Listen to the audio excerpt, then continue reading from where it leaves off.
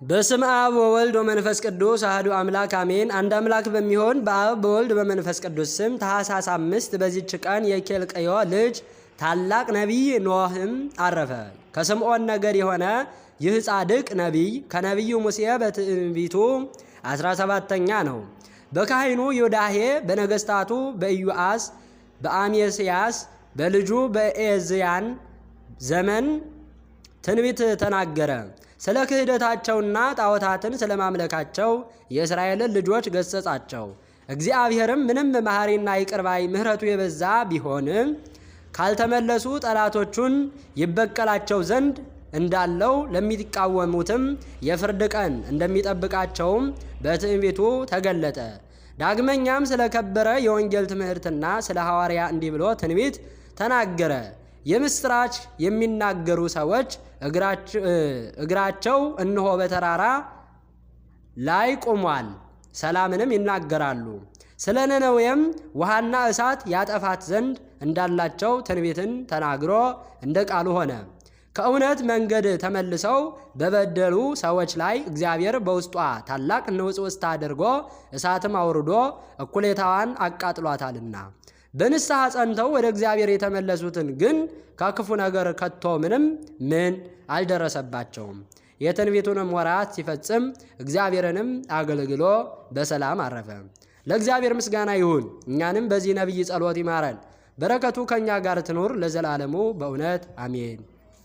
በዚህችም ቀን የቅዱስ ኤስድሮስ ሰማዕት መታሰቢያው ነው። በረከቱ ከእኛ ጋር ትኑር ለዘላለሙ አሜን።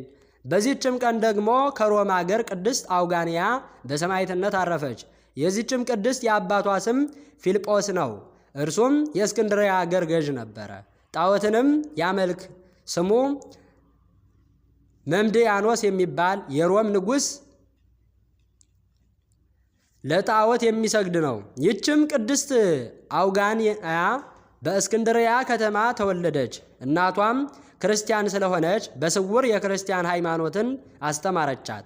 ባደገችም ጊዜ ታላቅ መኮንን አጯት። አባቷም ይህንን በነገራት ጊዜ አባቴ ሆይ መጀመሪያ ወደ እስክንድርያ ገዳም እንድገባና እንድጎበኝ ተራሮቹን በማየት ዓይኖቼ አይተው ደስ ይለኝ ዘንድ ፍቀድልኝ አለችው። አባቷም ሰምቶ 2 ጃንደረባዎችን ጨምሮ የወደደችውንም ታደርግ ዘንድ ፈቀደላት። በወጣችም ጊዜ የመነኮሳቱን ገዳም ሁሉ ዞረች። ስሙ ቴዎድሮስ የሚባል ጻድቅ ደግ ኤጲስቆጶስ ወደሚኖርበት በልቧ ያለውን ሁሉ ነገረችው። ከጃንደረባዎቿም ጋር ተጠምቃ በዚያ መነኮሰች። በወንድ አምሳልም ሆና ስሟን አባ አውጋኒዎስ አሰኘች። እርሷ ሴት እንደሆነች ማንም አላወቀም። ወደ አባቷም ባልተመለሰች ጊዜ በቦታው ሁሉ ፈለጋት፣ አጣትም። በእርሷ አምሳል ጣዖት ሰርቶ ማታና ጠዋት እየሰገደላት ኖረ። 1 ዓመትም ከኖረች በኋላ የዚያ ቦታም አበምኔት አረፈ። መነኮሳቱም መረጧትና አበምኔት አደረገው ሾሟት። እግዚአብሔርም አጋንንትን ታስወጣ ዘንድ የእውራንን ዓይኖች ትገልጥ ዘንድ ደዌውን ሁሉ ታድን ዘንድ ሀብተ ፈውስን ሰጣት። ከዚህ በኋላ ሰይጣን በአንድ ሴት ልብ ክፉ ሐሳብ አሳደረባትና ካዳነቻት በኋላ ወንድ መስላታለችና ገዳምህንና መነኮሳትህን ትተህ ለኔ ባል ሁነኝ፣ ብዙ ገንዘብ አለኝና አለቻት።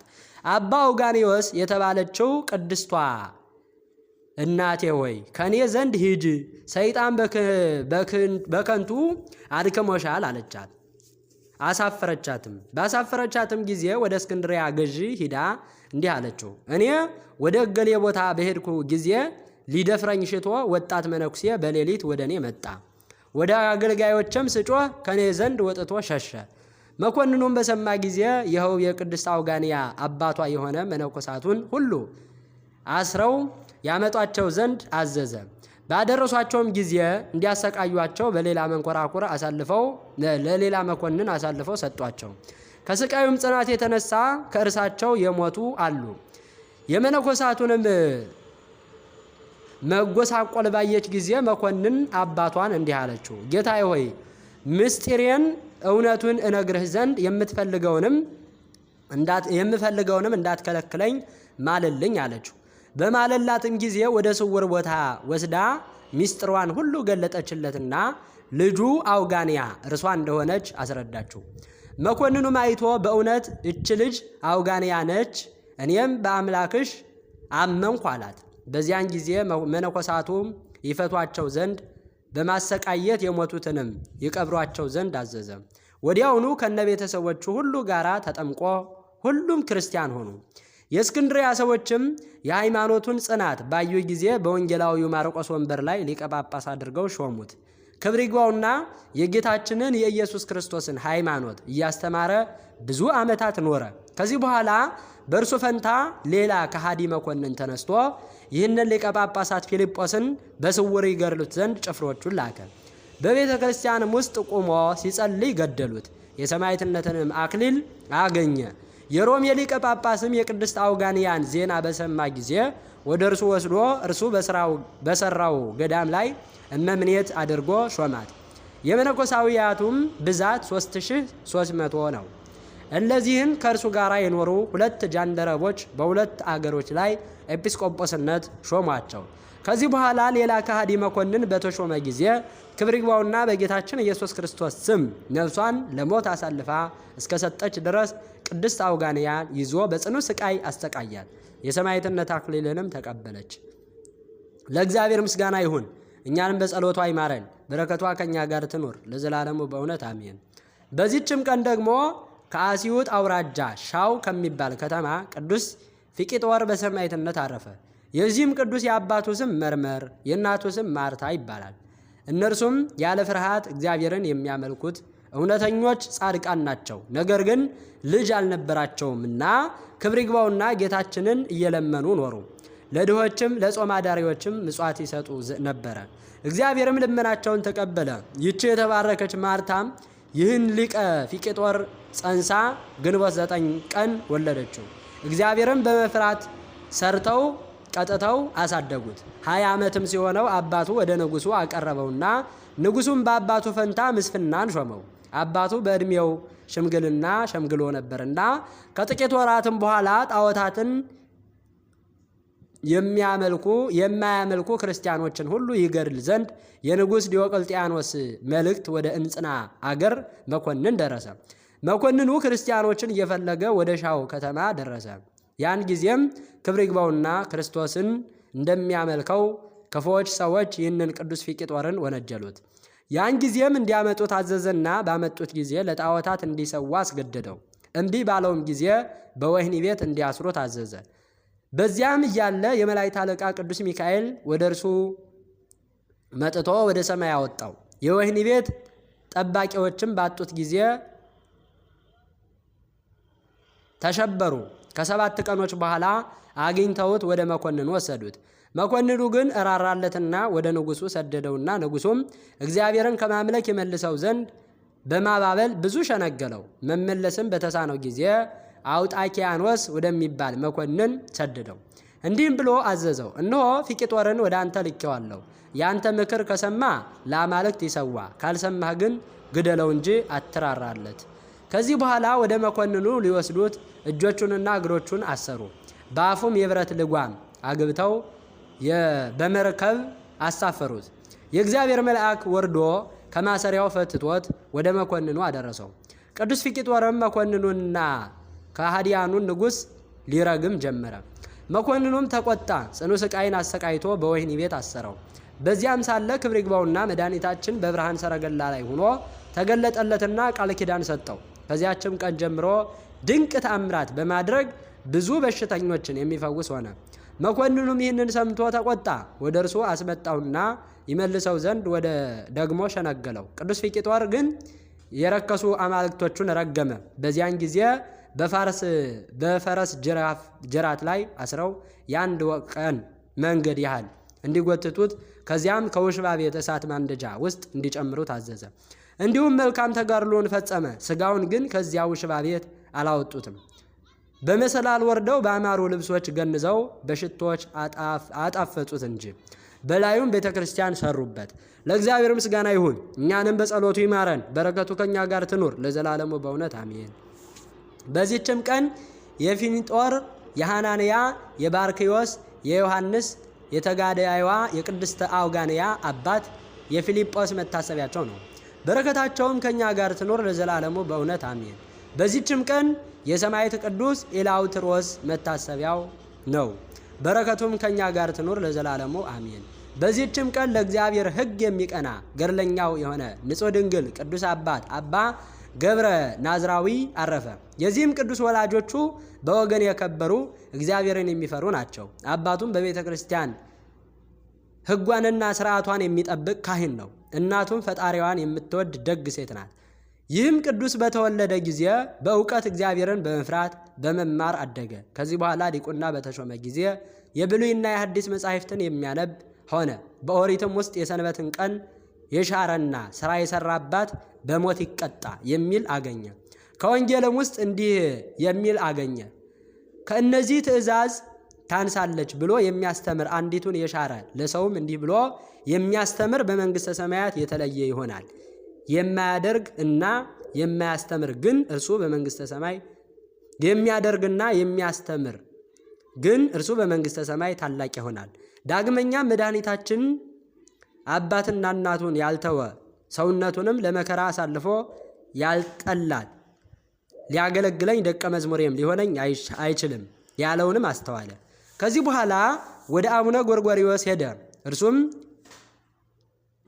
ጽጋጃ በሚባል ገዳም ለአቡነ አኖሪዎስ ጽጋጃ በሚባል ገዳም የአቡነ አኖሪዎስ ልጅ ነው።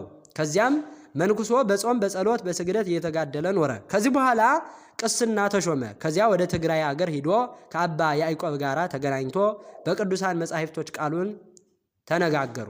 ከዚህ በኋላ ሐሳቡን ገለጠለት። አባ ያዕቆብም እንዴት ይቻላል አለው። አባ ገብረ ናዝራዊም እግዚአብሔር ይረዳኛል አለ። ከአባ ያዕቆብም ጉለት ተቀብሎ እርስ በርሳቸው በእግዚአብሔር ፈቃድ ተለያዩ። ከዚህ በኋላ ተስፋፍቶ ገዳምን ሰራ።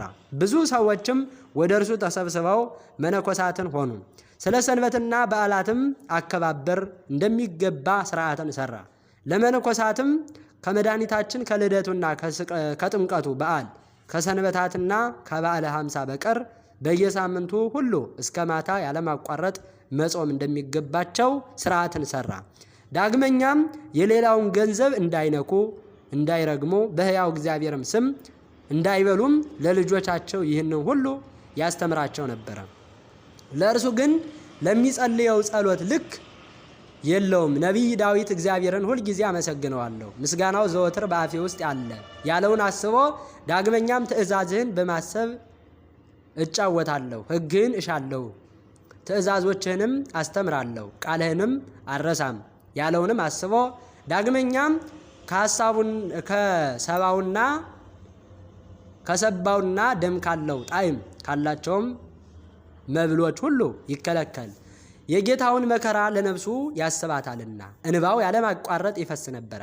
ያለማቋረጥም ይሰግዳል ያመሰግናልም፣ እንግዳና ምጻተኛውንም ይቀበላል። በጽዮን ዘር በኢየሩሳሌም ቤቶች ያሉት ብፁዕ ነው ያለውን የነቢዩ ቃል አስቦ ድሆችንና ችግረኞችን ይጎበኛቸዋል። ለዚህም አባት ትሩፋቱ ብዙ ነው። ደጋግ ተአምራትንም በማድረግ በሰው ልቦናም ተሰውሮ ያለውን በማወቅ ብዙ የተለያዩ ሀብቶች ተሰጥቶታል። ለልጆቹም የቀናች ሃይማኖትን አስተምረው በእርሱም እንዲጸኑ አዘዛቸው። ከዚህ በኋላ በሸመገለ ጊዜ እግዚአብሔርንም አገልግሎ በሰላም አረፈ። ለእግዚአብሔር ምስጋና ይሁን፣ እኛንም በዚህ አባት ጸሎት ይማረን፣ በረከቱ ከኛ ጋር ትኑር ለዘላለሙ አሜን። ታኅሳስ 5 ቀን የሚከበሩ ዓመታዊ የቅዱሳን በዓላት ቅድስት አውጋንያ ተጋዳሊት፣ አባ ገብረ ናዝራዊ ንጹሕ፣ ቅዱስ ፊቅጦር ሰማዕት፣ ቅዱስ ፊልጶስ፣ ቅዱስ ናሆም ነቢይ። ወርሃዊ በዓላት ቅዱስ ጴጥሮስ ሊቀ ሐዋርያት፣ ቅዱስ ጳውሎስ ብርሃነ ዓለም፣ አቡነ ገብረ መንፈስ ቅዱስ። ነገር ግን ለበጎ ነገር ጥበበኞች ለክፋትም የዋሆች እንድትሆኑ ወዳለሁ። የሰላምም አምላክ ሰይጣንን ከእግራችሁ በታች ፈጥኖ ይቀጠቅጠዋል። የጌታችን የኢየሱስ ክርስቶስም ጸጋ ከእናንተ ጋር ይሁን። ዘአቅረብኩ ማሕሌተ አዘኪሬ አእላፈ እምእለ ተጸምዱከ ዘልፈ ለእለ ያነብብ ተወከፍ ዘንዴቴ መጽሐፈ እንተረሰይከ እግዚኦ ጸሪቀ መበለት ወኩፈ እምእለ አብኡ ብኡላን ዘተርፈ ነቢያት ቅዱሳን ሰባኪያን ሰማዕታት ወጻድቃን ወመላእክት ትጉሃን ደናግል አዲ ወመነኮሳት ሄራን ባርኮ ጉባኤ ዛቲ መካን እስከ አረጋዊ ልሂቅ ወምንዑስ ሕፃን ለዘጻፎ በከርታስ ወለዛ ጻፎን ዘይደርስ ለዛ አንበቦ ወለዘ ተርጎሞ በልሳን ሐዲስ ወለዘ ሰምዓ ቃሎ በእዝነ መንፈስ በጸሎተሙ ማርያም አራጊተ ኩሉም ባይስ ህቡረ ይማረነ ኢየሱስ ክርስቶስ አሜን። ይማረን።